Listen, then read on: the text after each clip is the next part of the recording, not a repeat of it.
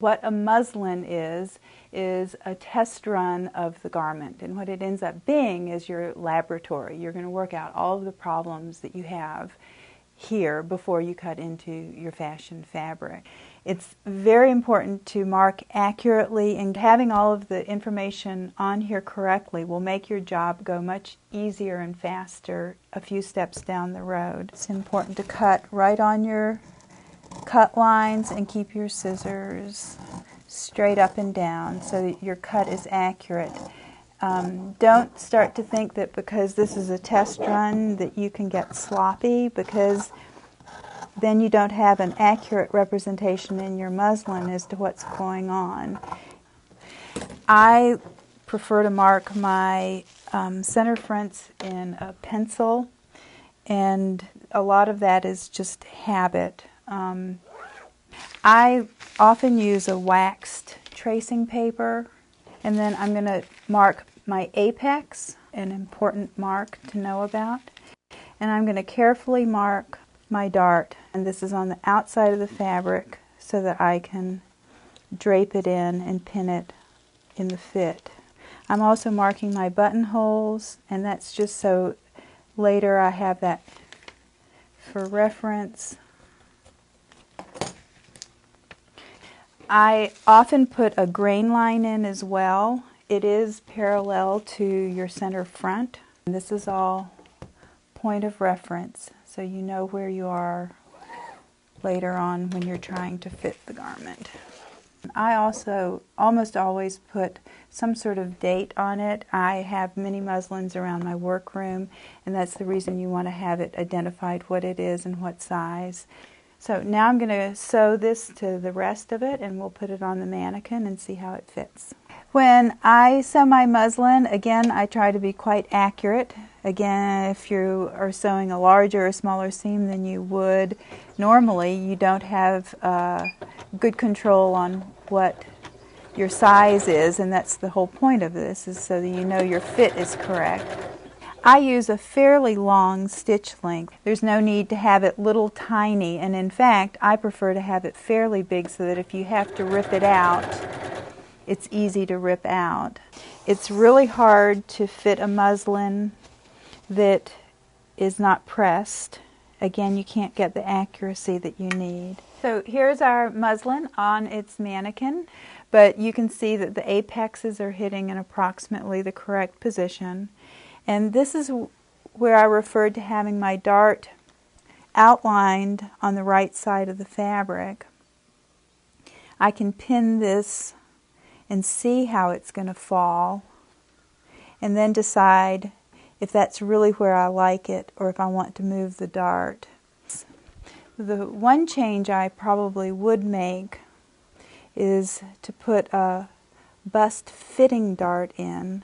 With just a dart here, you're nipping in at the waist and creating waist shaping, but you don't have any actual bust shaping, and a side dart would give you actual bust shaping. And you'll see that the side of the garment is going to hang much straighter, and I'll show you how we're going to transfer this back into the tissue.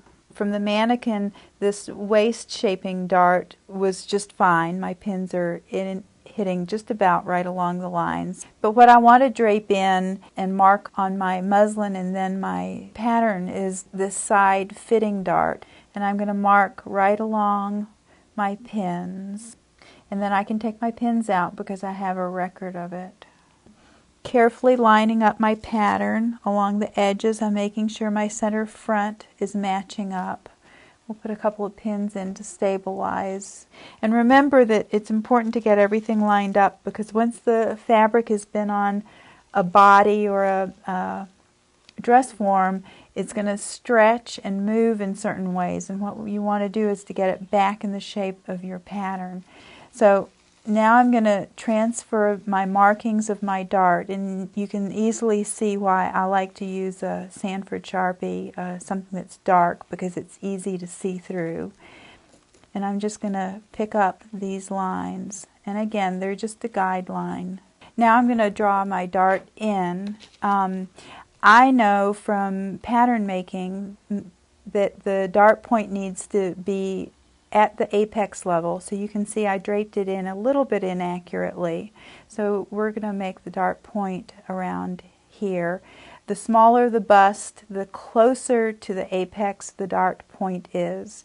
If you have a large bust, your dart point will be further away from the apex. And again, these are things that are fairly easy to read about and learn in books or magazines. And I'm going to draw my dart legs in, you know, that funny shape that is always on a dart so that it folds back together correctly. So I'm going to tape some excess paper here very carefully so my pattern is flat. We don't need all of that paper, so we'll get rid of it.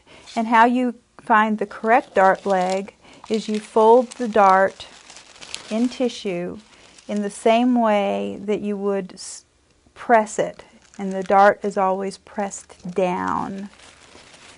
And I like to do this second part of it on a corner of a table.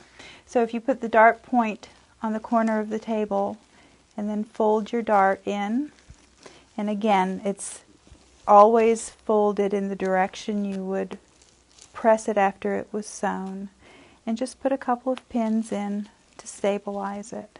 And then we need to true this seam, and I like to use a fashion rule. So I'm just going to find a nice curve on my ruler, and it usually matches up pretty easily, and draw that in. And then if you cut while the pins are still in the paper,